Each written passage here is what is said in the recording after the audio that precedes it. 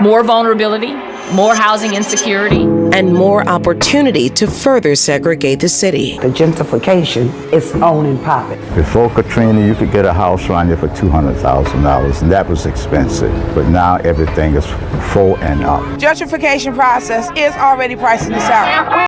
Instead of gentrification, I see myself as like an artification. We're the first wave of ruining a neighborhood. What's the trend do you think is happening in this area? Because we're on St. Claude right now. Yep, people with higher income starting to move in. So these are neighborhoods that were historically undervalued. They were majority black neighborhoods. They were neighborhoods like the ones near the port. And they were neighborhoods that we call now the Sliver by the River, which have become some of the hottest neighborhoods in the city because they didn't flood during Katrina. When that happened, most of them were majority black, but those land values and home values and rents doubled and tripled, and they became white neighborhoods almost overnight. The influx of investment led to a rise in property values, and just this year, we learned how that rise could cost all of us. We need something to be done to stop this bleeding that's happening in our community. And in case you ain't been paying attention, there's a global movement to make black people a landless race. There's a company whose name I'm forgetting right now. Say it again. BlackRock. Absolutely. They're buying up all the available real estate in America, and they're not reselling it. They're converting it all to rental property.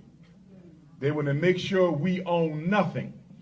And while BlackRock is buying up all the real estate, Bill Gates is buying up all of the arable land. So you might ask yourself, why would a computer scientist be so interested in agriculture at such a late stage in his life? Because he figures, since so many of us as African people are well aware of the scam that COVID was, nothing more than a global African depopulation agenda, that we wouldn't take the shit and we wouldn't eat certain things. So Bill Gates said, well, since black people want to eat healthy, we're just going to put the disease in the crops. And so now, more than ever, brothers and sisters, you got to watch what you eat. In fact, Bill Gates's crops have already been outlawed in several countries around the planet. They won't even allow it to be imported in. So if you think there's nothing wrong with Bill Gates's food, why are there countries around the world that won't even allow it to be imported in? So we got to grow our own food, and we have to stop selling the real estate that we do own. I don't know why black folks is selling homes you done already paid off. It took you 30 and 40 years to sell off, to buy off grandma's house, pay off the mortgage, and now you let these white folks come and manipulate you into selling a house that took your ancestors 50 years to pay off. And then with the money that you get from the so-called developer, you're going to end up with a new mortgage, because no matter what they give you, it's not going to be enough to cover the cost of the new house. And then I read that here in Sacramento, in the Black Oak Park section, they're gentrifying it. They said that black residency in Black Oak Park, Sacramento, was down 25%. And the culprit appears to be the University of California, Davis, is it? They have an Aggie Square project or something they're working on. Well, my question would be, why did we let them get started with it in the first place? For those of you who don't know, the biggest gentrifiers in the black community are not the white developers. It's the colleges and universities. In fact, if you do not know this, the number one job of the university is not education, it is real estate. And not only the universities are they some of the top gentrifiers in America, the fast food restaurants are some of the top gentrifiers in America. Did you know that McDonald's makes more money off real estate than hamburgers and fries? Yes, the hamburgers and fries is just a front. And it's the same thing with the universities. And why do they do the gentrification through the universities? Because if the university comes into the black community with a program disguised as help, we're not going to push back. Because who has a problem with the program for the homeless? Who has a problem with the program for the ex-offenders? Who has a problem with the program for the teenage mothers? Who has a problem with an entrepreneurial incubator program. So what they do all over America, it ain't just the University of California. It's the University of Pennsylvania, University of Michigan, University of Seattle, all of them. They come in disguised as help. And we buy into it because whatever it is they're pitching looks like it could benefit our community. And without us even paying attention to what they're really up to, they start buying over this house and buying up this block. They expand the project. But you don't say anything because this is for poor people. This is for homeless people. This is for our elderly. This is for our mentally ill population. Since it looks like they're helping us, we don't even recognize the takeover. And then when they own enough of the black community, they shut all the scam projects down and just come on out with the agenda that it was from the beginning. They did it to us in North Philadelphia. Temple University had a PASEP program, Pan-African Studies Community Education Program in North Philadelphia, my neighborhood, born, raised, still live there. And nobody would check Temple University for how they were buying up North Philly because they gave us this Pan-African Studies program. So Temple gave us the Pan-African Studies program to distract from the fact they was kicking us out of our neighborhoods. And once Temple University had gotten all they wanted, they shut the Pan-African Studies program down. In fact, let me give you a piece of ironic truth. Do your research on all the white universities of America who offer a PhD in African or Africana studies. And you will see that most of the white universities that offer PhDs in African and Africana studies are some of the biggest gentrifiers of the black community. And the reason they offer the PhD in black studies is to distract you from the fact that they're only in your community to rob the real estate. Hoodwink, bamboozle, led astray, and run them up. Be careful of the charter schools because they are also the gentrifiers. You find many charter in white suburbs. Charter schools overrepresented in the black community and in the ghettos of America. Why we don't see as many charter schools out in the suburbs? Because charter schools are a weapon of gentrification. I know this well because Philadelphia has more charter schools than any city in America, and Philadelphia is also the #1 gentrification city in America. Gentrification follows the charter school, and I'm explaining to you how this works. Let's say this is a community. All of us is a community. We live together. Every person represents a house in the neighborhood. White folks want to get us out. Can't just come in and kick the door down. We got UC California, University of California doing what they can do to take over the real estate. But you know what we're going to do? In addition to help them out, we're going to open up a charter school.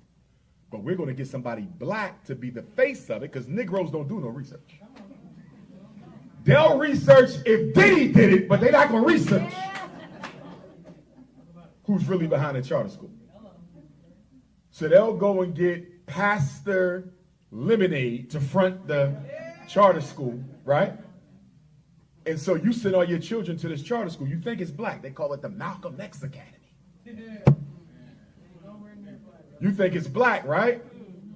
And then you notice when your child goes to the school, most of the teachers are Caucasian. Staff is Caucasian. Administration is Caucasian. But you don't say nothing because it's better than the public school they were in. And then you start noticing that the white folks who work in the school buying up all the abandoned properties, buying up all the lots, buying up all the buildings, turning the closed schools down into condos. And before you know it, 10 years later, the property value is so high that you can't afford to live there no more. And so what was once called the Malcolm X Academy is now the Adolf Academy for gentrification.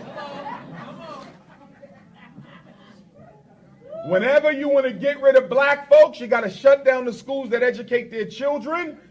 And the best school to start is a charter school because you do not have to be loyal to the residents where it exists.